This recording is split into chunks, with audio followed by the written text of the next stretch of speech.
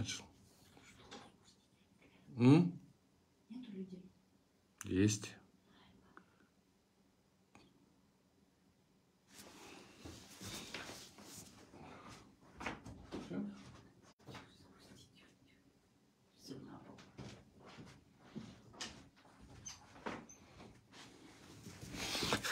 Алмазбек Пирматов, салам алейкум. Эки кишигирде күтүп туралы. Бөлүшүп койсоңуздар. Алмазбек, салам алейкум. Суроо жооп дегенде берсеңер болот. Суроо жоопторго колуман келишинче жооп берейин. Түнкү эфир. Да ким кирди болду экен? Темиркан Тарабаевна, саламатсызбы? Саламатсыздарбы? Бөлүшүп койсоңуздар эфир менен. Да ким көргөндөр, да ким кирип аттып болду экен? Ибрагим Набиев, ассалому алейкум. Бөлүшүп койсоңуздар, сураныч эфирде көбүрөөк киши болсун, лайктарды басып бериңиздер. Ошондо кичине эфирде көбүрөөк киши болот. Рахмат, чоң рахмат, бөлүшүп атасыңар. Уже 11 киши болду. Чоң рахмат, баарыңарга кечки ысык салам. Могу эфирден лайктарды бассаңар кичине, ошондо мен уже терпилылар жазып аткан окшойт. Фейктердин командирлерин командиршалары эме берсе керек. Ассаламу алейкум. Участвовать. Ибрагим, если хочешь, давай я сейчас эметем. Баткенден салам. Салам алейкум. Баткендик тугандарга чоң ысык салам. Чоң ысык салам. Так, кунг-фу ниндзя дейт. Кунг-фу ниндзя. Салам алейкум. 17 человек в эфире. Ринат Сандыбаев. Мына азыр абдан жакшы болуп атат. Жакшы, мына жаңы кишилер кирип атыптыр. Чоң рахмат. Ринат Сандыбаев, салам алейкум. Алейкум ассалам. Кандайсыңар? Жакшыбы? 15 киши. Да, бөлүшүңүздөр. Биякта уже бирөө эфирге суранып атат. Давлеткан Орозбаев, Канат, саламатсыңбы? Бабанов, Бакыт Нишем эмне болду? Ал жерде тергөө жүрүп атат. Кудайым буйрса, көп жакшы нерселер. Ошол жөнүндө да азыр айтып кетем. Просто эфирди кичине көбөйтүп алалы, а то болгон эле 14 киши болуп атат. Жөн эле 14 киши менен эле эметип алалы. Эфирди чоңойтуп алалы, көбөйтүп алалы. Жаңы адамдар келип атат. Алик Тилекматов, ассаламу алейкум. Диана Жолтаева, саламатсызбы? Баарыңарга чоң ысык салам. Мына 15 киши эфирде, что-то мен эфиримди, по-моему, дальний блокко тыгып аткан окшойт. Урматтуу достор, ушу дальний блокту. Алмания Байгараева, саламатсызбы? Кабылбек Бешимов, саламу алейкум. Кабылбек Бешимбаев. 16 киши эфирде. Дагы бөлүшүп койсоңуздар, что-то эфирди блоктоп атат окшойт. Эрмек Диркенбаев, ассаламу алейкум. Алик Тилекматов, ассаламу алейкум. Алик Тилекматов. 20 киши эфирде, дагы кириңиздер. Сураныч бүгүн абдан жакшы, мындайча айтканда, кызыктуу күн болду. Ошо кызыктуу күн боюнча азыр мындай сөздөр жүргүзсөк жакшы болот эле. Ибраев Изат, салам алейкум. Кемпирабад боюнча аңым алгандардын ден соолуктары жакшыбы, атай жакшыбы?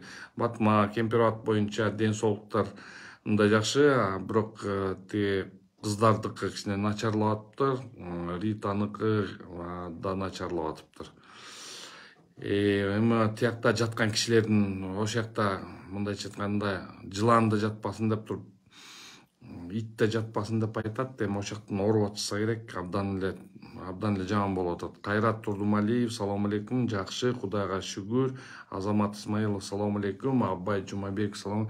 Нургүл Садыкова. Дагы бөлүшүп койсоңуздар, анан кийин сөзүлдөргө өтсөк болот эле. Урматтуу достор, мен бүгүн кичине айта кете турган нерсе, мен бүгүн мындайча айтканда баянтан бери ККМ боюнча элдин, карапайым элдин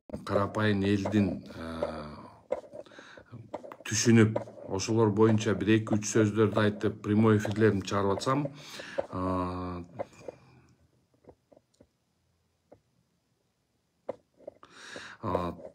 ассаламу алейкум. Алмаз Албаев. Эми анан бүгүн барып ошол жерге өзүм оюм чакырышты. Дордой Моторстан, Дордой Дыйкан Дордой дейби, ошол жактан соодагерлер чакырды. Ошол жакка барып ККМ жөнүндө мен да өзүм оюм айттым. Вице-премьер Адыл Алишевичке дагы айттым, зам председатель налоговый инспекция айттым. Бул өтө мындайча айтканда эрте башталып аткан нерсе. Эмне себептен эрте деп. Вот течерде Акылбек Күсөнбекович жактан туруп алып туруп айтып атат. Бул ушул ККМге каршы чыккандардын артында контрабандисттер болуп атат. Эми мындай бул акылга сыйбаган нерсе. Ошол жерде деген бүгүнкү митингде эч кандай контрабандисттер турбай, контрабандисттер карапайым эл турду. Ошол эле базарда кичинекей мындай прилавок бар. А эмнеге ошолор туруп атат? Бизде деген баягы кыргыздын эмеси бар эмес беле? Чач ал десе баш алат дегендей. Ошо баш алат деп атып, баш алат деп атып туруп. Ошо контрабандисттерди контролго салабыз, ККМ киргизебиз деп туруп кыйын киши болгонун бир какой-то фантазияны, ал фантазия жигилеген контрабандист олигархтарга соккон жок. Ал именно могу карапайым элге, базардагы кичинекей бир участок жери бар нерсе кишилерге сокту. Бүгүн Ленинский налоговый инспекцияга бардым. Ленинский налоговый инспекцияга барсам, ошо электронный накладной, электронный счет фактура деген бир балелер бар экен. Ошол жерде карапайым эл ошол жакта олтурат. Карапайым эл олтурат. Эми ошол жакта эл олтурганда бири-бирин моомдайын эметип атат. Ошон үчүн мен айтып кетет элем, мен ошол баарын айтсам, ошо бийликтин фейктер экен билинип калган себеби, анткени билбей туруп эле эптеп эле жамандаган бир акчаны төлөгөн окшойт. Ошону айтып кетет элем, бийликтегилер, тетиги жерде правительстводагылар, налоговыйдагылар, силерге айтып коеюн, силер акчаңарды эмне кыласыңар коротуп ошол фейктерге. Органикада жүргүлө, мына органика менен жүрүп эле фейктерге акча төлөбөй эле, анан болуп туруп эле жамандап. Мен мамлекет кызматында иштебесе эле, ушу жумуштан кетип калса эле, ушинтип бир кандай бир тупой бир нерселерди айтат. Фейктерге силерге айтып коеюн, командирлер, силер меңир иштеген акмаксыңар. Колуңардан бок да келбейт. Кишини жамандагандан, боктогондон башка колуңардан келбейт. Ошон үчүн силер ошол жерде мындайча айтканда пакта койгуч болуп туруп, анан элди жамандап атып, ошол жерде элдин канын ичип атасыңар. Силер кан ичкичсиңер. Ошол жерде силерди жалдап аткан акмактар кан ичкичтер.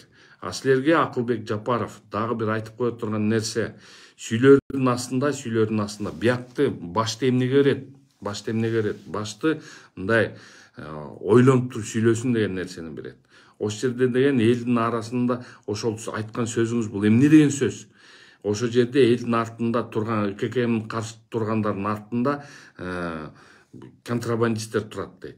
Силер ошондой эле биякта ККМ киргизип контрабандисттер менен күрөшөбүз деп атсаңар, таможняны карагыла. Таможнянын негизинде ошол жерде таможняны бекемдегиле, ошондой эле кыйын экенсиңер. А силер таможняны бекемдей албайсыңар. Анткени именно таможнядан силер өзүңөр тамактанасыңар. Силерден ошол жактан түшөт, ошон үчүн аякты кармабайсыңар. А силер деген түшүнбөй атасыңар, что ошол тамакталган, ошол ККМ койгондордун баары, электрон счет фактура балган, бул карапайым элди кысканыңар. Кысмак тургай жайлап атасыңар кыргыз элимде. Жөн эле жайлап атасыңар. Ошол жерде мындай көз боемочулук кылып атасыңар. Таможняны контролдой албайсыңар. Таможняны эмне кирип аткандардын баарына крышевать этип олтурасыңар да, анан ошол жактан ошон кыйын киши болуп туруп, көз боемочулук жасап туруп ККМ дейсиңер. Ал ККМ деген олигархтарга же ошо контрабандисттерге тийип аткан жери жок. Анын баары карапайым калкка тийип атат. Карапайым ошо базарда олтурган элге тийип атат. Уят андай. Уят. Адамдык сапатыңар каякта? Эмне өзүңөр эле миллионер болуп течерде глеген гостиницаларыңар, бизнес-центрлериңер болсо эле, силерге карапайым эл акмак болуп калдыбы? Өзүңөрдүн ошо гостиницаларыңар, ошол ресторандарыңар, ошо кассовый аппараттарды коюп туруп жасап атабы? Скорее всего, жасабайт ошонун баарын. А силер наоборот ошонун баардыгын жасабагандыгын мемет туруп карапайым элден. Акылбек Күсөнбекович, сиз деген мындай өзүңүздүн фантазияларыңызды сураныч сизден. Сиз течеден чет мамлекетке көп барасыз. Ошо чет мамлекетте көргөн фантазияларыңарды чет мамлекет ошонтип өнүккөн деп туруп, ошонтип келип кассовый аппарат койсо эле чет Кыргызстан оңолуп кетет дейсиңер. Бул эмне деген сөз? Кассовый аппараттар коюлса эле Кыргызстан оңолуп кетет деген. Анымча Кыргызстан оңолуп кетип туруп, эртең күнү жыргал жакшы болсо, анымча ондон кассовый аппарат коюлат ада. Бирок андан оңолуп кетпейт. Андан оңолуп кетпейт биздин Кыргызстаныбыз. Бизде оңолуп кетет, когда деген момундай кекиртектериңерди кичине токтотосуңар. Кекиртектериңерди токтотмоюнча, ошол жакта мына аткаруу бийликте же течеде мыйзам чыгаруу бийликте же администрацияда силер момундай ар бир момундай эмелерге кыршыбат этип туруп эле акчанын артынан жатпасаңар эле, ошондо мамлекет өнүгөт. Исхак Разаковдун айткан жакшы сөзү бар. Сен таза болсоң, мен таза болсом, коом да таза болот деп. Силер башын көрсөтүшүңөр керек. Силер таза болушуңар керек. А силер өзүңөр таза эмессиңер. Силер таза эмес болгон үчүн элди кыйнап атасыңар. Кайдагы бир эмелерди. Мына мен Ленинскийдеги бүгүнкү налог инспекцияда болгон окуяны айтып берейин. Ошол жерде деген менден сурап атат. Мына Канат Хасанов, сиз айтып бериңизчи дейт. Биз деген бияктан оокат кылып барып базарыбызда оокатыбызды кылабызбы? Же ошо тапкан терген акчабызды бухгалтерге беребизби? Бухгалтер келип алып туруп ошол жерде налогторду төлөш керек деп. Акылбек Үсенбекович, сиз деген өтө туура эмес нерселерди кылып атасыз.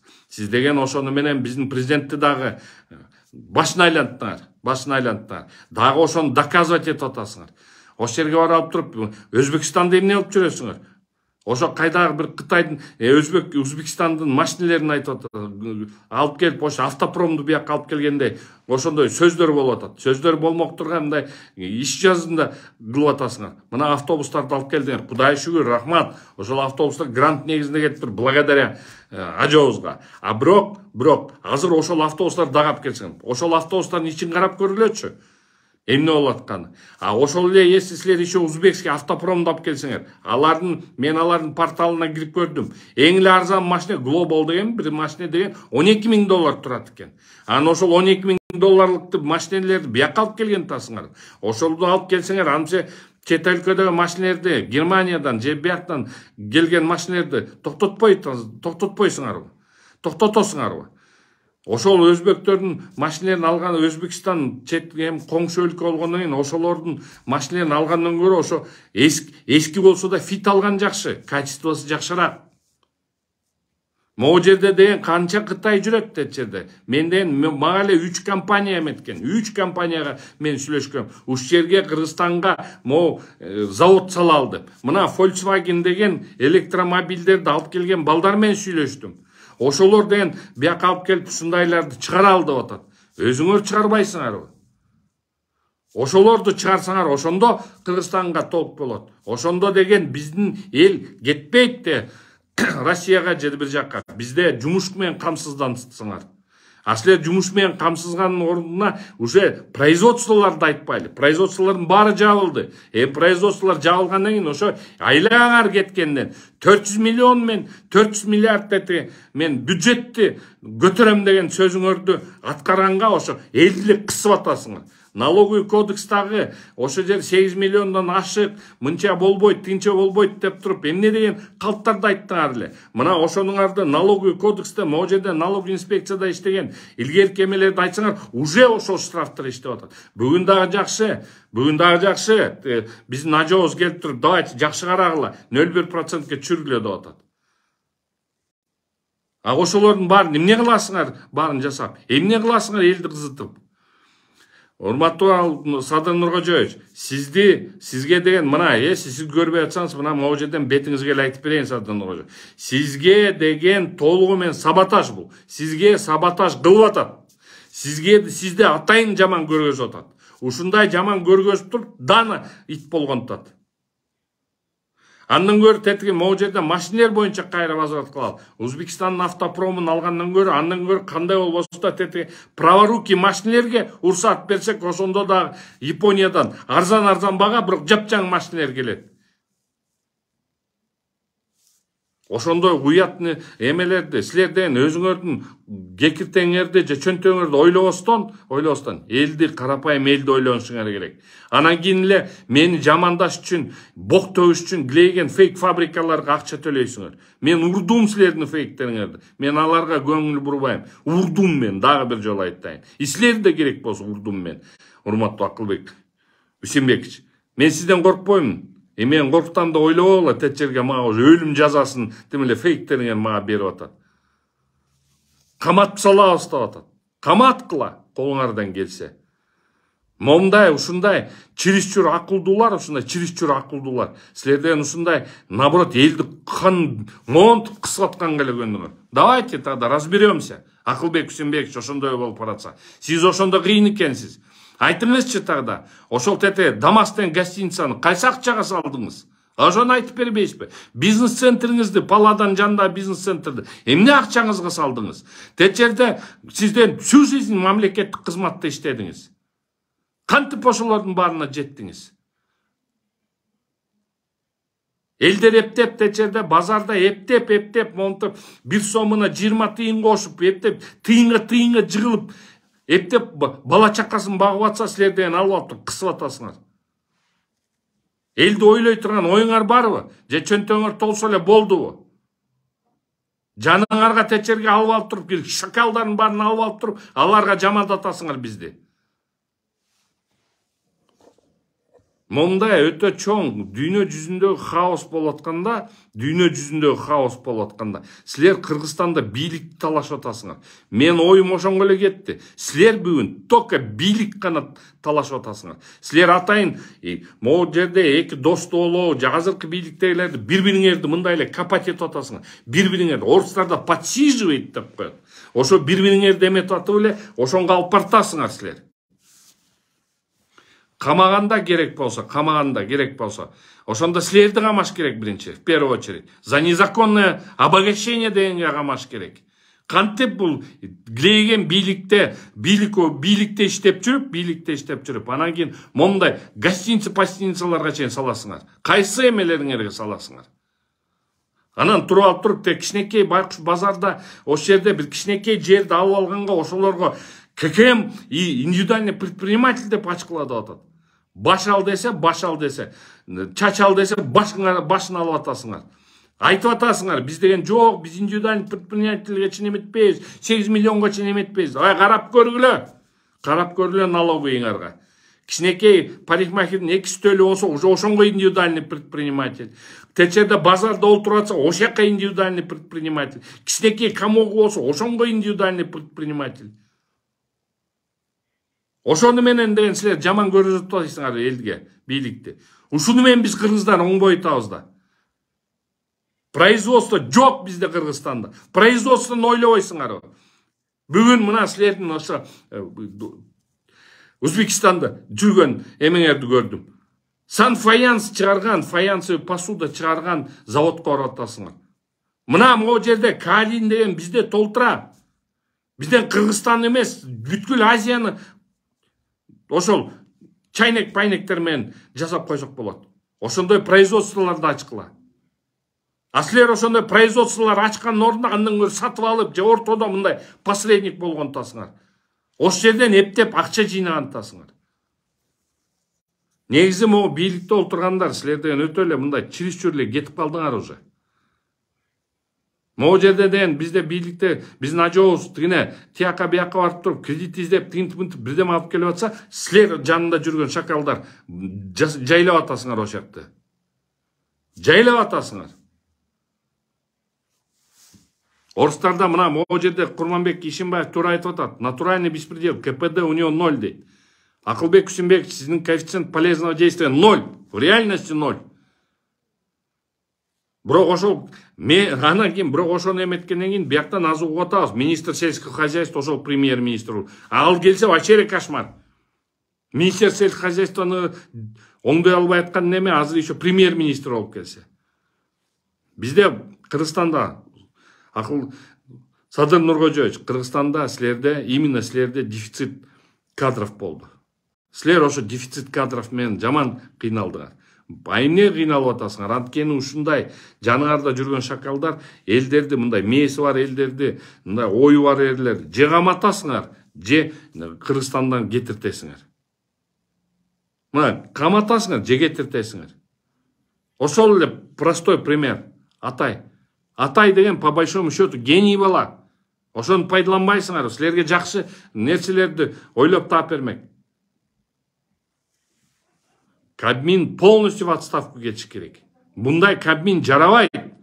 Бул Кабмин реально уже Кыргызстанды, бизди кыргызстандыктарды уже нөлгө түшүрдү. Дагы Кудай жалгап смогтон кеттик. Смогтун проблемасын эч ким чече алган жок. Жөн эле баягы ля башка эчтеке жок. Биздин мэрибиз эмне кылып атат? Мэрибизден ток жок.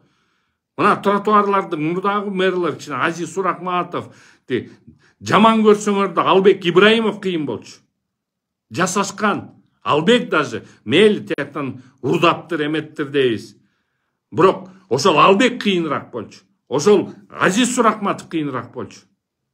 Жок дегенде парктарды ачты. Жок дегенде брусчаткаларды жасатып эмелер. А бүгүн карагылачы, могу жерде соц тармактарда бир жигит атайын ошо эмени көргөзүп атат. Баткак кадимкидей. А силер болсо алексиңер акчанын списаниясы менен. Ошондой нерселер көп болот. Мына эми карап көрбөйсүңөр. Мына соц тармактарда жүрөт. Менде да жүрөт соц тармактарда. Мен лентама кирип карап көрсөңөр болот. Ошол лентамда ошол жерде Оштун салык инспекциясынын начальниги Курманбеков дейм, ошол деген жазып атат. Силер дейт, ККМге каршы чыккандарга аренда договоруна ошону койгула. ККМге каршы чыксаңар, бул деген государственный переворотко сыяктуу болот деп ушинтип айтып атат. Ошон үчүн приравнивать силерден ошолор менен договор түзбөгүлө, арендаторлорго бербегиле деп атасыңар. Кайсы акылыңар менен айтып атасыңар ошону? Бизде конституция деген бар. Конституцияда ар бир Кыргызстан жаранын өзүнүн укугу бар. Бу ошолордун баарын эметесиңер. Кыргызстанда момундай чоң хаоста, Кыргызстаныбыз тынчтыкта, акырын, мирно өтүшүп кетишибиз керек. Момундай хаоста момундай бир элди ушунга жеткизип туруп, анан бияктан жарган бул тока деген биздин душмандарга плюс болот. Ошон үчүн душмандарга эме бербейли, повод бербейли. Могу жерде акырындан өтөлү. Митинг кылбайлы. Ошондой митингтерди кылбай, мындай эмелерди эметпей. Могу кереги жок болчу бул митинг. ККМ боюнча митинг керек жок болчу. Сокулуктардын жерлери боюнча митинг керек жок болчу. Бирок ошонго силер өзүңөр жеткизип атасыңар.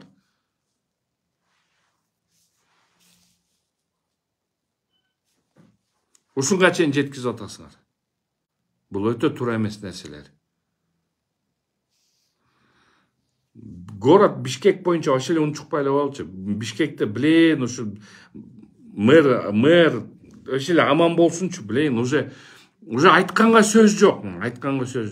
Кимиси келбесин, момунтуу эле кыйын киши болот, ноль.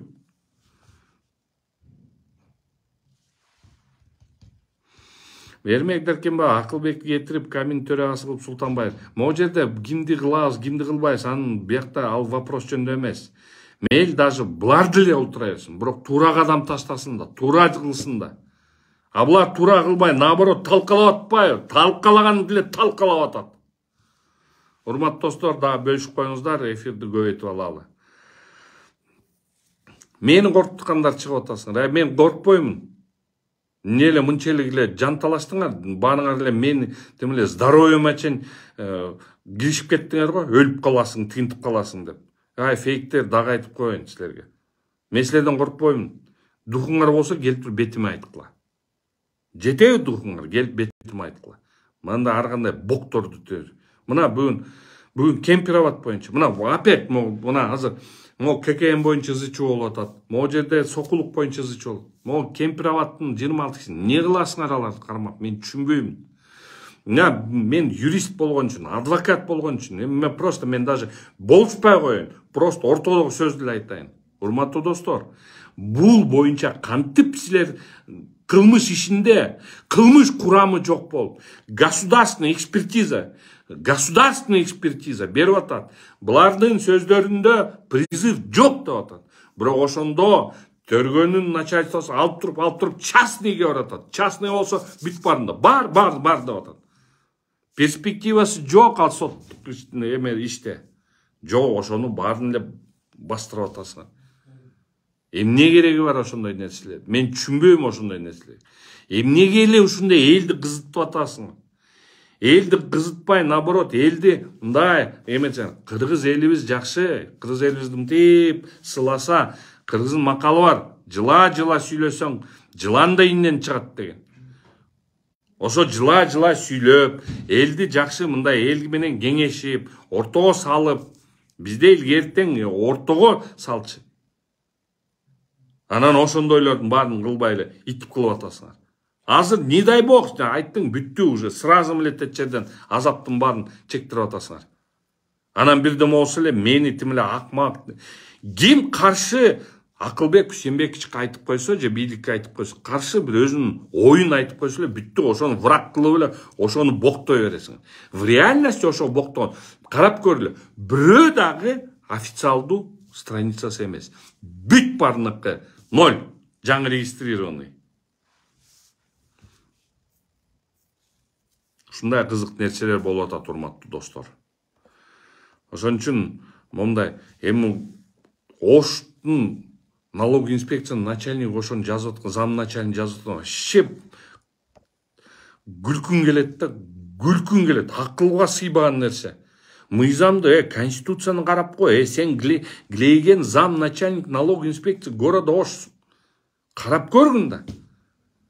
Арендодательдер силер деген ошолорду аренда ошону киргизип койгула договорга, пунктту. Если силер ККМди киргизбесеңер, анан ошол жерден бул митингге барабар болот деген.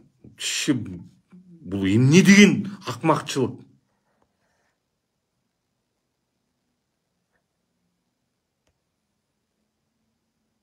Вот она Раушан Джаилова тура айтат, нет производства, нет сельхозхозяйства, нет прозрачности, поступления нет. Элди кыйнап бүттү. Правильно, ошондой эле болуп атат. Карапайым байкуш, могул силерге айтып атпайм, олигархтарга тийген жок. Эми мен ошончолук эле олигархтарды, контрабандисттерди контроль кылам деп жүрсөңөр, таможняңар бар, ай. Таможняңарда эле бир канча миң киши иштейт. Ошолорду карабайсыңар. Жок, аларды карабайсыңар. Анткени таможняда силердин балдарыңар иштейт, силердин туугандарыңар иштейт. Ошол таможняларды иштейт. А ошол таможняда иштегендер, контрабандисттерди ошол крыша болуп акырын келет. Ошон үчүн силер контролдой албай атасыңар. Анткени өзүңөр да күнөө. Силер ошол жака балдарыңарды, досторуңарды баарын ошол жака тыгып алгансыңар. Майлуу жерде. Анан ошол жактан таможнядан мондай контрабанда келип атканда, ошол эле силердин балдар, ошол эле силердин туугандар, ошолорго крыша кылып туруп өткөзүп, тигинтип, анан кийин аны контролдой албайсыңар. Анан эмне кыласыз? Только могу ККМ, контрольный кассовый, электронный тибу деп эметесиңер.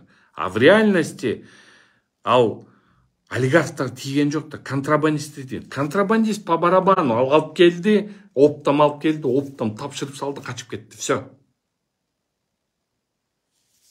А причем простой народ, ошол эле контрабандисттерден эптеп бир блок же бирдеме сатып алып деп үстүнө 20 тыйын, 30 тыйын же 1 сом кошуп койсо. Ошону мен ошолорго эметесиң. Тогда контрабандан тиякта границадан жапкыла. Олигархтарды течерден жапкыла. Бул карапайым элге түшүп атат мунун баары. Анан туруп алып, сен базарга барбайсың, сен тинтпейсиң. Ай, базарга барып эле мен элдин арасында жашап жүрөм. Мен деген течерде силер чилеп течерде килеген гостиницалардын ээси болуп туруп, кайфовать этип жүргөн жерим жок. Ошол жерге дагы бир түшүмчүк, бир Кудайдан канча президенттен мында калдыктары болуп калган адамдарды жаныңарга алып келип алып туруп анан ошо калдыктардын сөзүн сүйлөйсүңөр. Алар хорошо көт жалап берет. Эмне кыласыңар? Силерге ошол керек да. Ошондой достор. Анан камаганда өзүңөрдүн туугандарыңар камабайсыңар. Өзүңөрдүн туугандарыңар камабайсыңар. Өзүңөрдүн крыша кылып жүргөн бизнесмендерди, эмелерди, таможник, налоговыйлерди аларды камабайсыңар. Силер каматасыңар карапайым элди. Карапайым элден чыккан, крышасы жок, туруктуу элдерди ошолорду каматасыңар. Ошол элден акча аласыңар. Штрафтарды ошол элдерге жүктөйсүңөр. Маршрутниктерде эмне жок? Маршрутниктер эптеп театрдын арендага алат, күн-түн иштейт. Анан кийин эптеп ошондон акча таап атса, силер деген ошяктан да акчаны эптеп ошяктан да акчанын аракетин кыласыңар. Эми ошолорго контроль киргизип атасыңар. Силер ошондой кыйын экенсиңер, аларга контроль киргизбей, маршрутниктерди сатып алып атканда элерине киргизилет ага.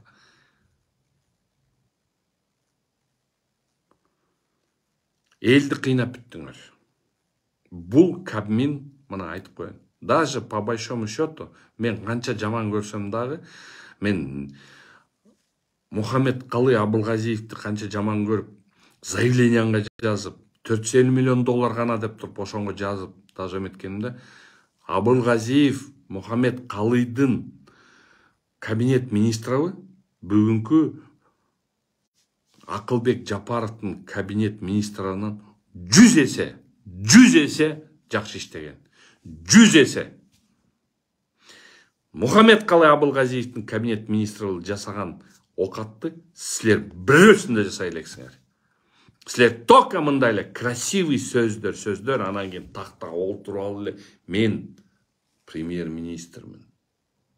Барыңар жууңур мага деп туруп ушундай хандык бир мамиле кыласыңар. Ал кызмат, мына жанында жүргөн шакалдар, жанжөкөрлөр президенттин жанында. Силерге барыңар айтып кетейин. Бул кызмат колдун кири деп кыргыздын макалы бекерин эмес. Бүгүн силер кызматтасыңар. Эртең силер кызматтан түшүп калышыңар да мүмкүн. Түшүп калгандан кийин ушул элди кайсы бетиңер менен карайсыңар? Эртең күнү кайсы бети менен салом алейкум деп туруп учурашасыңар? Эртең күнү силерди камап кетсе, бизге адвокаттарга чуркап келесиңер. Канат байке, жардам бериңиз. Канчасы болду менин практикамда. Бир кезде өзүн Кудай сезип калган адамдар ошол жерге камалгандан кийин кайра бизге чуркап келет. Мени швап, бул акмак, бул киши эмес деген немелер кайра келип, Канат жардам бере кал. Мен ушундай алтынмын, мен ушундай нерселер жасаганмын деп. Урдаган акчаңарды унчукпайсыңар.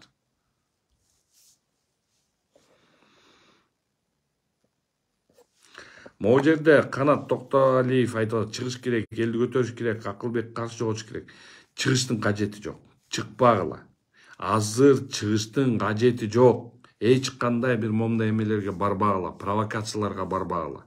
Момундай чоң геосаясатта, дүйнө жүзүндөгү саясат момундай өтө оор болуп атканда биз Кыргызстан тынчтык эле болсунчу. Керек жок. Бүт мыйзам чегинде болсун. Бирок ошол мыйзам чегинде болуш үчүн мына силерде бийликтегилерге айтып берейин. Адам баласы, биз баарыбыз пружинада болобуз. Пружинаны монт өзүңөр эле азыр алып туруп эле, ручкаңарды алып туруп эле монт басып көргүлөчү, канча кармайсыңар ошо басып. Басып монт кармап көргөндө кандай чыгып кетет бул пружина.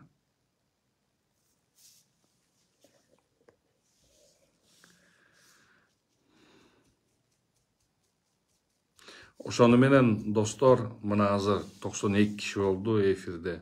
Жакшы болду. Эфир жакшы болду. Ойлорумду айтып алдым. Мына могу жерде 3 киши суранып атыптыр. Алмания Байгараева, Гуля Жумаканова. Хорошо, давайте одобрю.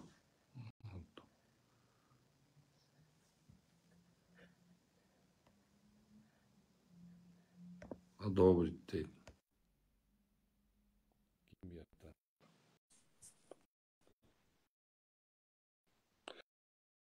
Мыйзам иштерине иштене билет. Мен ишенбейм уже. Мыйзам бүгүнкү күнү иштебейт. Мыйзам жок бизде. Бизде верховенство права жок. Верховенство права болмоюнча биз мыйзамдын күчүн орнотмоюнча, и то күч менен эмес, туура кадрлар менен, туура мындай алдым жуттум эместер менен мыйзамдын күчүн орнотсок, ошондо гана Кыргызстанда ишибиз оңолот.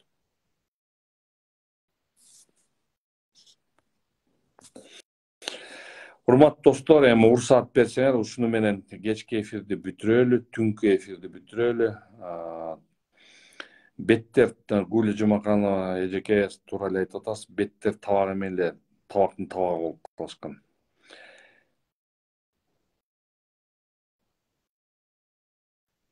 Ошо налогтордун баарын көбөйтүп, ошонун терисин шыпырып атат. Могу Акылбек Жапаровдун баягыда айткан сөзү эле ошол опасный болчу. Мен 400 миллиардка чыгарам деп. Чыгармак тургай дефицит бюджет болуп кетти го наоборот. Бул жөн эле мындай эле толук жок. Рахмат, жакшы маек болду дейм. Батма Жолдубаева, сизге чоң рахмат. Жакшы эмелерди эметтиңиз. Мен сизге көбүнө жооп бере албагандырыма кечирип койгула. Колуман келишинче жооп берген аракеттерин кылдым. Саламатты калгыла, түнүңөр бейпилдүү болсун. Жакшы калыңыздар.